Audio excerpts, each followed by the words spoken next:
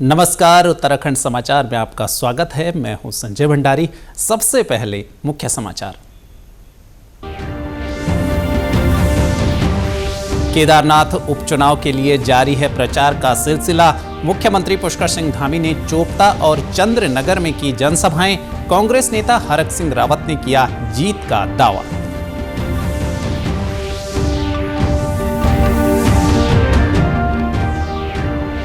राज्यपाल गुरमीत सिंह ने वेदों के अमूल्य ज्ञान को पूरी मानवता तक पहुंचाने पर दिया जोर। हरिद्वार में अखिल भारतीय वैदिक सम्मेलन को किया संबोधित।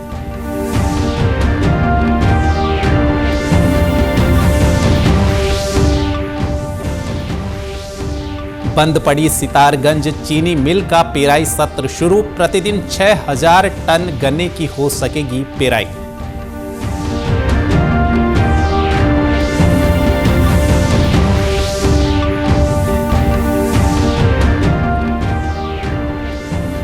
उत्तरकाशी जिले के उडरी गांव में शादी ब्याह में शराब पिलाने पर लगी रोक। ग्रामीणों ने लिया सामाजिक बहिष्कार करने का फैसला।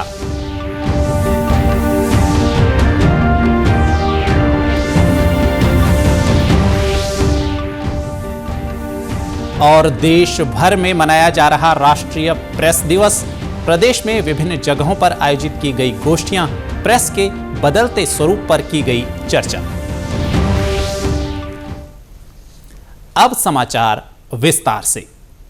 मुख्यमंत्री पुष्कर सिंह धामी ने आज केदारनाथ विधानसभा क्षेत्र के चोपता और चंद्रनगर में जनसभा की और उपचुनाव में भाजपा प्रत्याशी आशा नौटियाल के समर्थन में मतदान की अपील की। उन्होंने कहा कि प्रधानमंत्री नरेंद्र मोदी का केदारनाथ और केदार घाटी से खास लगाव रहा है और यहां पर विकास के विभिन्न कार्य चल रहे हैं। उन्होंने कहा कि यहां के लोगों का आशीर्वाद भाजपा के साथ है। हमारा ये प्रयास है कि पूरे इस बाबा केदार के धाम में श्री केदारनाथ विधानसभा जो है उसमें सभी लोगों तक जो है बात पहुंचे और जो विकास के काम हमारे प्रधानमंत्री आदरणीय मोदी जी के नेतृत्व में केदार धाम में और पूरे इस केदारनाथ विधानसभा में और पूरे उत्तराखंड में हो रहे हैं वो आम जन जन तक पहुंच रहे हैं, लोग देख रहे हैं। और हम यही निवेदन कर रहे हैं कि जो काम हुए हैं 2000 करोड़ रुपए से अधिक की धनराशि से पिछले दिनों आपदा के बाद जो लगभग 750 करोड़ की योजनाएं यहाँ के लिए स्वीकृत हुई हैं, वो सब योजनाएं और तेज गति से आगे बढ़े और उसमें लोगों का भी हमको यहाँ के बहुत समर्थन मिल रहा है। वहीं दूसरी ओर कांग्रेस के वरिष्ठ नेता डॉक्टर हरक सिंह रावत ने कहा कि बद्रीनाथ उपचुनाव में जनता ने भाजपा को सबक सिखाया था और अब केदारनाथ विधानसभा क्षेत्र की जनता भी परिवर्तन चाहती है। तमाम जो मुद्दे हैं, मुझे पूरा भरोसा है कि केदार घाटी की जनता का आशीर्वाद और केदार बाबा का आशीर्वाद इस बार भाजपा के इस जो रावण के तहत जो घमंड हो गया भाजपा को, उस घमंड को चकनाचूर करेगा, ये मुझे पूरा भरोसा है। यहाँ परिवर्तन की लहर है और मुझे पूरा भरोसा है कि केदार बाबा का आशीर्वाद कांग्रेस को मिलेगा, मेरे छोटे भाई मनोज राउत को मिलेगा। और जिस तरह माहौल बन रहा है, हमारी सारी बहनें, हमारे नौजवान, हमारे कार्यकर्ता, हमारे पास जनशक्ति है, हमारे पास भावना है। भाजपा के पास धन शक्ति, मशीनरी का दुरुपयोग, छल है, कपट है। राज्यपाल गुरमीत सिंह ने आज हरिद्वार के कनखल में आयोजित 3 दिवसीय अखिल भारतीय वैदिक सम्मेलन 2024 में प्रतिभाग किया। सम्मेलन को संबोधित करते हुए राज्यपाल ने कहा कि भारतीय संस्कृति में वेदों का विशेष स्थान है। वेद भारतीय ज्ञान परंपरा की नींव हैं। इनमें वर्तमान और भविष्य की सभी चुनौतियों का समाधान छिपा है। उन्होंने कहा कि वेदों का अध्ययन करने वाला व्यक्ति समाज का सच्चा मार्गदर्शक बनता है। वेद केवल धार्मिक ग्रंथ नहीं बल्कि जीवन के हर पहलू को प्रकाशित करने वाली ज्ञान की ज्योति हैं। राज्यपाल ने उत्तराखंड को वेदों और वैदिक शिक्षा की पावन भूमि बताते हुए कहा कि यह ऋषियों और संतों की साधना स्थली रही है। यहाँ हजारों वर्षों से वेदों का पठन पाठन होता आ रहा है। उन्होंने कहा कि यह हमारा कर्तव्य है कि हम वेदों के अमूल्य ज्ञान को पूरी मानवता तक पहुंचाएं और नई पीढ़ी को इससे जोड़ें। भाग्य का दिवस था और बहुत सुंदर क्षण थे कि अखिल भारतीय वैदिक सम्मेलन हुआ। ये 3 दिन का है कभी कभी ये लगता है कि ये शिव जी के वरदान से ही हुआ होगा। जिस प्रकार त्रिशूल है, 3 दिन का प्रोग्राम है और आज हर एक वेद के मंत्रों के उच्चारण को सुनने का एक अवसर मिला। जो वाइब्रेशंस और जो ध्वनि आ रही थी अपने आप में बहुत शक्तिशाली लग रही थी। मुझे ऐसा लगता है कि ये भारत की जो सभ्यता, संस्कृति, वेद, पुराण, उपनिषदों का जो ज्ञान है, ये पूरी मानवता को मालूम होना चाहिए। आज इस अवसर पर राज्यपाल ने वेदों के विशिष्ट विद्वानों को सम्मानित किया और परिसर में लगी वेदों से संबंधित प्रदर्शनी का अवलोकन किया। इस सम्मेलन में देश के 14 राज्यों से चारों वेदों की 10 शाखाओं के विद्वान शामिल हो रहे हैं, जो वेदों से जुड़े विषयों पर मंथन कर रहे हैं। वर्ष को ये वेदों की कितनी आवश्यकता है और उसके लिए पूरे भारत से यहाँ पर अखिल भारत से बड़े बड़े वेदों के विद्वान आए हैं और वो पाठ भी कर रहे हैं और उसके बाद में आगे के कार्यक्रम भी कर रहे हैं। तो यहाँ पर जिन बच्चों की बात कही वो अपने इसी सूरतगिरी बंगले में ही वो बच्चे पढ़ते हैं और उन्होंने वो चारों वेद पढ़ते हैं। और रुख करते हैं अगली खबर का।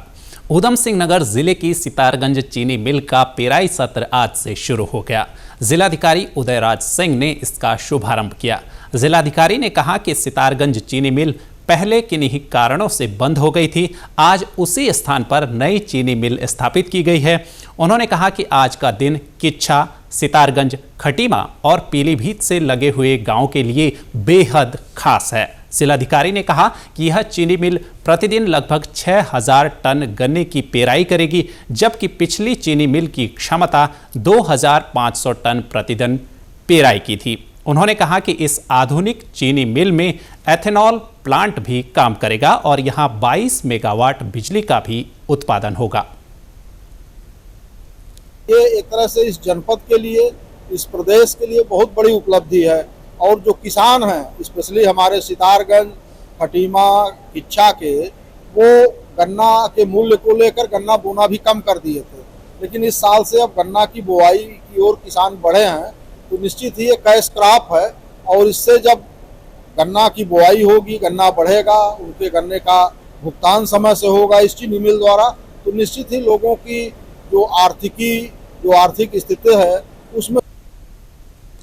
स्थानीय किसानों ने भी सितारगंज चीनी मिल के शुरू होने से खुशी व्यक्त की है। उन्हें उम्मीद है कि चीनी मिल के रेनोवेशन के बाद अब गन्ना किसानों की समस्याएं समाप्त हो जाएंगी। इस इलाके को बहुत ज़्यादा बेनिफिट होगा और जिससे कि गन्ने की जो किसानों को परेशानियाँ थी, ट्रालियाँ देर से तुलती थी, ट्रक देर से तुलते थे, वो इस समय पर ये परेशानी नहीं आएगी। आगे आने वाले समय में ये जो प्लांट है हमारे लिए बहुत अच्छा लग गया है, जिससे कि हम लोग पैसों के लिए तरसते थे। मुझे ये आशा की जाती है कि हमारे जो मिल मालिक हैं और पेमेंट हो सकता है ये नकदी करें। उत्तरकाशी जिले में डुंडा विकासखंड के उडरी गांव में ग्रामीणों ने शादी, विवाह व अन्य कार्यक्रमों में शराब पिलाने पर रोक लगा दी है। ग्रामीणों ने शराब पिलाने वाले व्यक्ति का सामाजिक बहिष्कार करने का फैसला लिया है। शराब प्रतिबंध को लेकर ग्रामीणों ने जाख देवता के सामने इसकी प्रतिज्ञा भी ली है। उडरी के ग्राम प्रधान भागचंद विष्ट ने बताया कि किसी भी परिवार में यदि विवाह, चूड़ाकर्म, संस्कार आदि कार्यक्रमों में शराब सेवन की शिकायत मिलती है तो उसके कार्यक्रम में कोई भी ग्रामवासी शामिल नहीं होगा और उस परिवार पर 50,000 रुपए का जुर्माना लगाया जाएगा। ग्राम सभा में एक खुली बैठक आहूत की गई, जिसमें समस्त ग्रामवासियों ने यह निर्णय लिया है कि आज के बाद हम ग्राम सभा में पूर्ण रूप से शराब नशा मुक्त रहेंगे। हमारे ग्राम सभा में कोई भी सामूहिक कार्य होगा, जैसे शादी, मेहंदी या चूड़ाकर्म या किसी का लेंटर हो, अन्य कोई भी कार्यक्रम होगा, उसमें पूर्ण रूप से गांव में शराब प्रतिबंध रहेगी। गांव वासियों का कहना है कि पूर्व में गांव के शादी समारोह में जब भी लोगों को शराब वितरित की गई तब लोगों में लड़ाई झगड़ा आदि हुआ। इसी वजह से ग्राम सभा ने यह निर्णय लिया है। आसपास के गांवों में भी उडरी गांव के इस निर्णय की सराहना हो रही है। ने जो ये शराबबंदी की पहल की, मैं इसकी बहुत प्रशंसा करता हूं। और जाख देवता की धरती पर कोई शराब पिए, ये वहां के इष्ट देवता के लिए भी अच्छा नहीं था। इष्ट देवता भी नाराज रहते थे। उन लोगों ने, जिन लोगों ने इसको प्रयत्न पूर्वक बंद करने में अपनी पहल की, मैं उनकी प्रशंसा करता हूं। हम लोगों को भी, पूरे गाजना क्षेत्र के लोगों को उडरी गांव से प्रेरणा लेनी चाहिए, और इतनी प्रेरणा लेनी चाहिए कि एक और जहां हम कन्यादान जैसा महत्वपूर्ण काम कर रहे हैं, उस पवित्र कार्य में हम इस गंदे काम को जो है वो तवज्जो दें। ये समाज के लिए भी अच्छा नहीं है, हमारी संस्कृति के लिए भी अच्छा नहीं है, और हमारे जो सोशल वर्कर हैं उनके लिए भी अच्छा नहीं है। मैं उडरी ग्राम पंचायत के लोगों को बहुत बधाई देना चाहता हूँ। उन्होंने इस प्रकार का कदम उठाया, बहुत सराहनीय है। और आजकल मैं देखता हूँ जहाँ भी शादी ब्याह वगैरह, मेहंदी वगैरह होता है, अधिकांश प्रचलन इसका हो गया है, जो गलत है, और इससे कुप्रभाव हमारे समाज पे पड़ रहा है।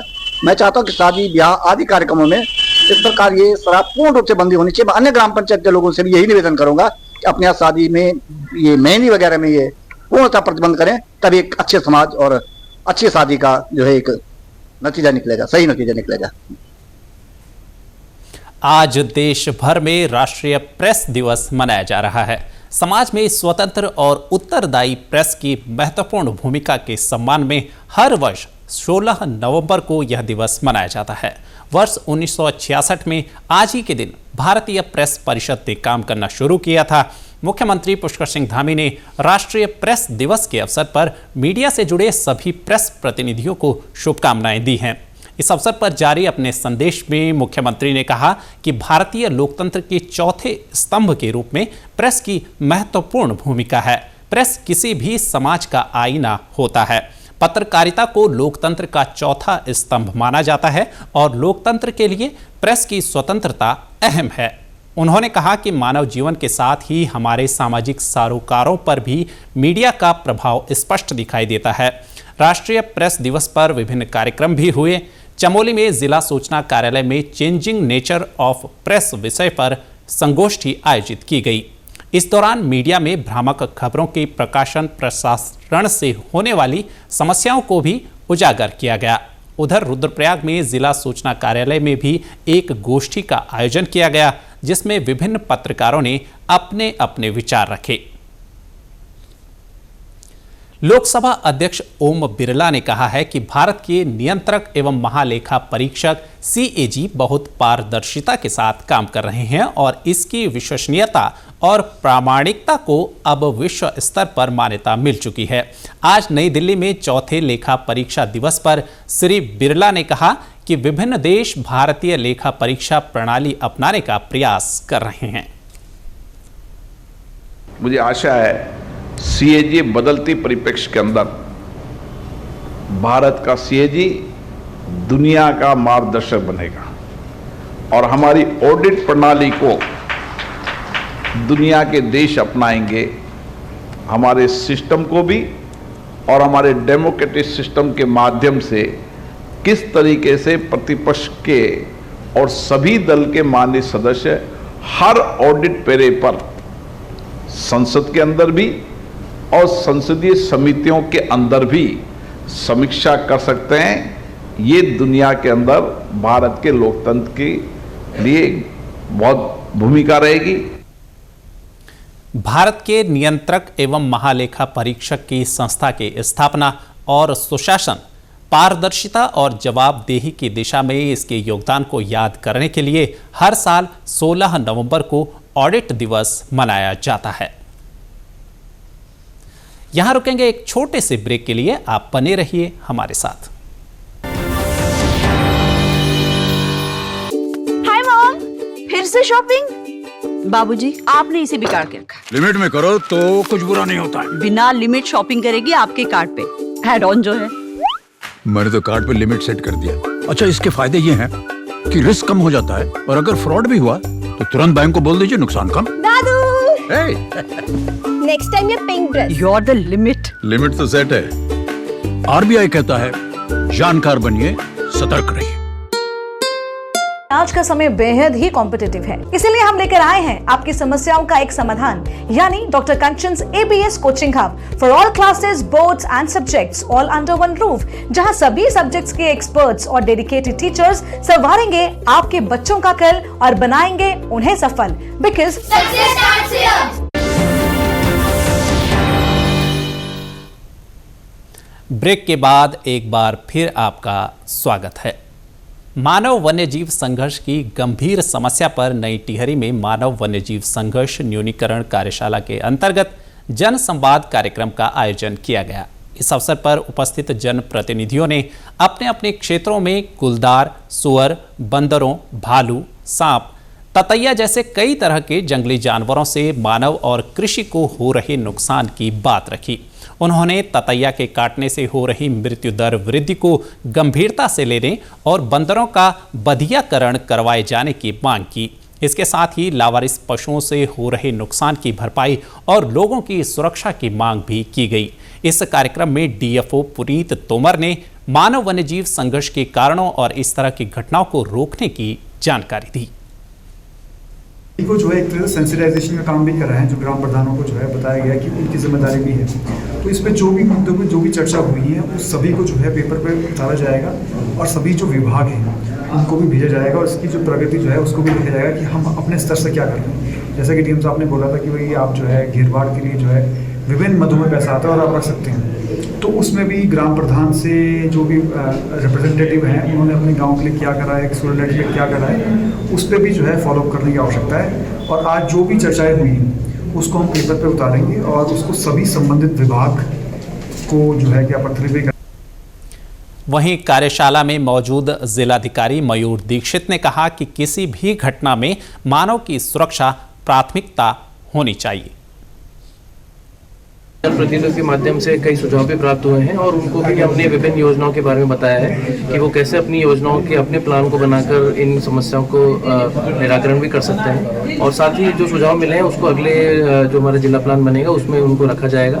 साथ ही जो अन्य धनराशि भी जनपद में आवंटित होगी उससे भी उन कार्य को करेंगे। जन संवाद कार्यक्रम में क्षेत्रीय विधायक किशोर उपाध्याय ने कहा कि सभी वन्य जीवों के संबंध में वन विभाग ने जो जानकारियां दी हैं उन्हें अमली जामा पहनाने की जरूरत है। उन्होंने कहा कि जनसंवाद के माध्यम से वन विभाग के अधिकारियों ने जो जानकारियां दी हैं इसका लाभ जनता को मिलेगा। विशेषकर जो लोग आए उन्होंने अपनी बात बहुत महत्वपूर्ण बातें रखी हैं और हम कोशिश करेंगे कि यहाँ से जैसे एक संदेश लेकर के माँ गंगा जाती है पूरे देश और दुनिया में, उसी तरह से वनों से संबंधित जो समस्याएं हैं यहाँ से हम उत्तराखंड में भी और दिल्ली तक एक, क्योंकि इसमें दो विषय हैं, एक तो जो वाइल्ड लाइफ एक्ट है, फॉरेस्ट एक्ट है, उसमें मानव जो है उसके लिए कोई स्थान नहीं है। हम कोशिश करेंगे कि एक वातावरण बनाएं और उन सारी समस्याओं का समाधान। और बढ़ते हैं अगली खबर की ओर। बागेश्वर में आज जिला स्तरीय खेल महाकुंभ की शुरुआत हो गई। मुख्य अतिथि जिला पंचायत अध्यक्ष बसंती देव व विधायक सुरेश गड़िया ने नेशनल खो-खो खिलाड़ी साक्षी गोस्वामी को मशाल सौंपकर इसका शुभारंभ किया। इस दौरान अतिथियों ने प्रतिभागियों को खेल भावना से खेलने की शपथ दिलाई।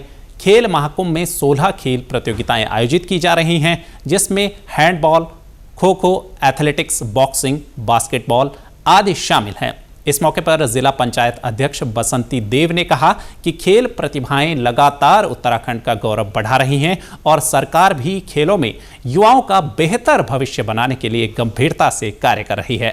जिला युवा कल्याण अधिकारी अर्जुन सिंह रावत ने बताया कि विभिन्न प्रतियोगिताओं में विजेता खिलाड़ियों को नगद पुरस्कार दिया जा रहा है। क्षेत्र से न्याय पंचायत स्त्री प्रतियोगिता, ब्लॉक स्त्री प्रतियोगिता में जो विजेता खिलाड़ी हैं आज अंडर 14 के अंतर्गत यहाँ पे अपना दमखम यहाँ पे दिखा रहे हैं। और अंडर न्याय पंचायत स्त्री, विकासखंड स्त्री और जनता स्त्री में उत्तराखंड शासन द्वारा नगद धनराशि की भी व्यवस्था की गई है। न्याय पंचायत स्तर पर 300 रुपये, 200 रुपये और 150 रुपये का नगद पुरस्कार और विकासखंड स्तर पर 500 रुपये, 400 रुपये और 300 रुपये का नगद पुरस्कार और जनता स्तर पर प्रथम, द्वितीय, तृतीय 800, 600 और 400 रुपये की नगद धनराशि उनके बैंक खातों में हस्तांतरण करते हुए उनको नगद पुरस्कार की व्यवस्था उत्तराखंड शासन द्वारा की गई है। जो खिलाड़ी यहाँ पे विजेता रहेगा वो राज्य स्तर पर प्रतिभाग करेगा। श्री बद्रीनाथ धाम के कपाट कल 17 नवंबर को रात 9:07 पर शीतकाल में श्रद्धालुओं के लिए बंद किए जाएंगे। इसके लिए बद्रीनाथ केदारनाथ मंदिर समिति द्वारा बद्रीनाथ मंदिर को कई क्विंटल गेंदों के फूलों से सजाया जा रहा है। कपाट बंद होने की प्रक्रिया बीते 13 नवंबर को पंच पूजाओं के साथ शुरू हो गई थी। आज मां लक्ष्मी जी को कढ़ाई भोग चढ़ाया गया। कल ब्रह्म मुहूर्त से शाम तक बद्रीनाथ धाम के रावल विभिन्न पूजाएं करेंगे। रात को 9:07 पर भगवान बद्री विशाल के कपाट बंद कर दिए जाएंगे। तत्पश्चात यहाँ से भगवान बद्री विशाल की उद्धव जी की मूर्ति और भगवान कुबेर जी की मूर्ति यहाँ से पांडुकेश्वर योगदान मंदिर के लिए प्रस्थान करेगी और शंकराचार्य जी की गद्दी जोशीमठ के नरसिंह मंदिर के लिए प्रस्थान करेगी। कपाट बंद होने के अवसर पर बड़ी संख्या में देश विदेश से श्रद्धालु यहां पहुंच रहे हैं। इस वर्ष अब तक 14,25,000 से अधिक श्रद्धालु भगवान बद्री विशाल के दर्शन कर चुके हैं।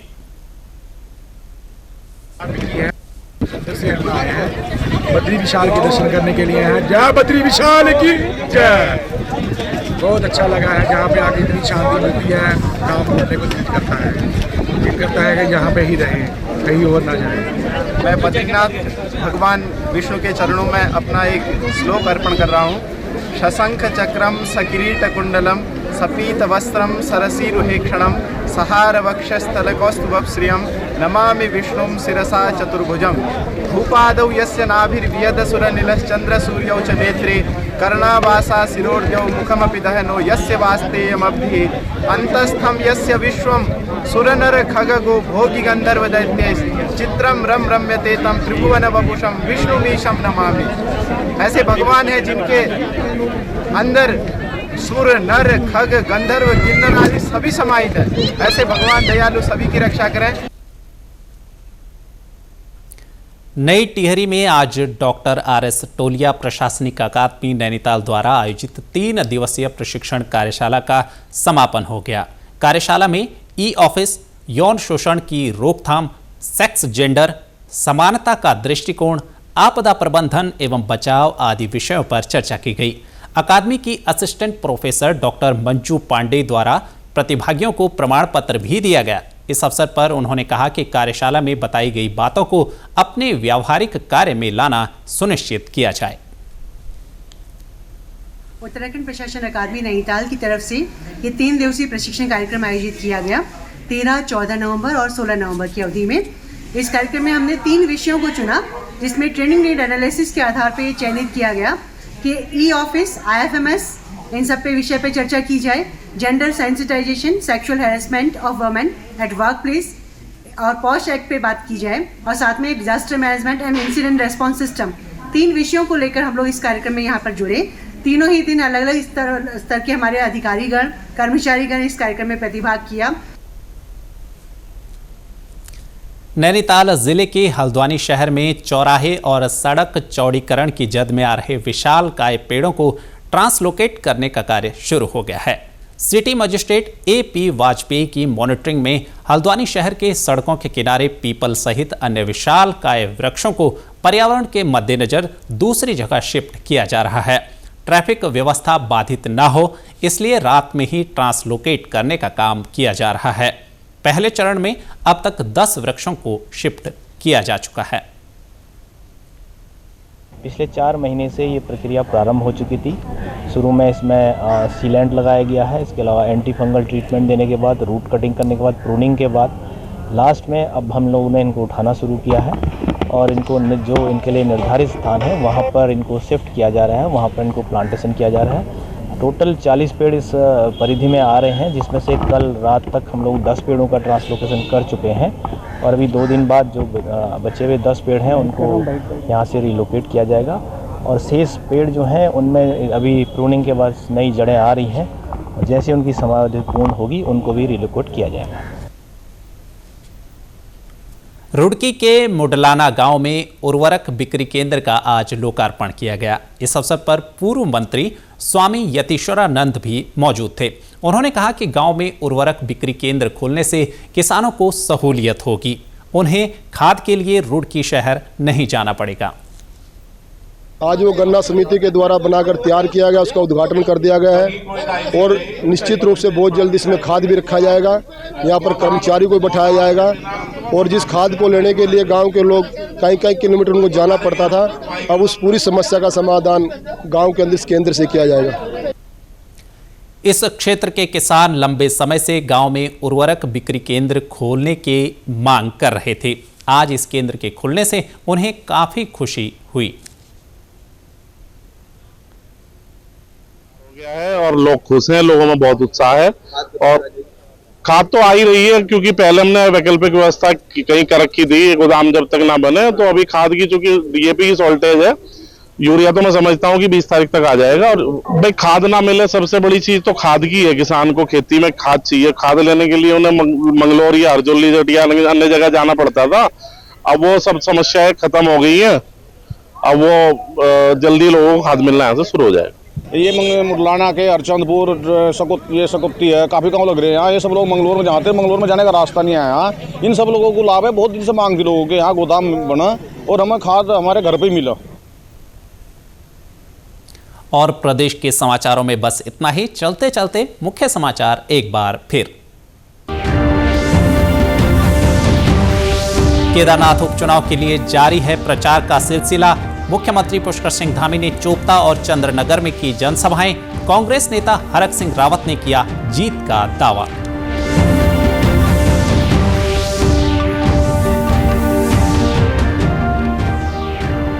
राज्यपाल गुरमीत सिंह ने वेदों के अमूल्य ज्ञान को पूरी मानवता तक पहुंचाने पर दिया जोर। हरिद्वार में अखिल भारतीय वैदिक सम्मेलन को किया संबोधित।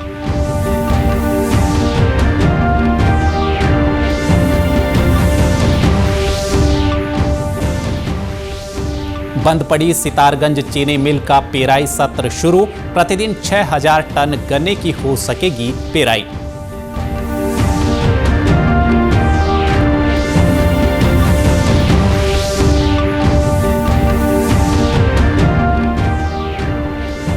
उत्तरकाशी जिले के उडरी गांव में शादी ब्याह में शराब पिलाने पर लगी रोक। ग्रामीणों ने लिया सामाजिक बहिष्कार करने का फैसला।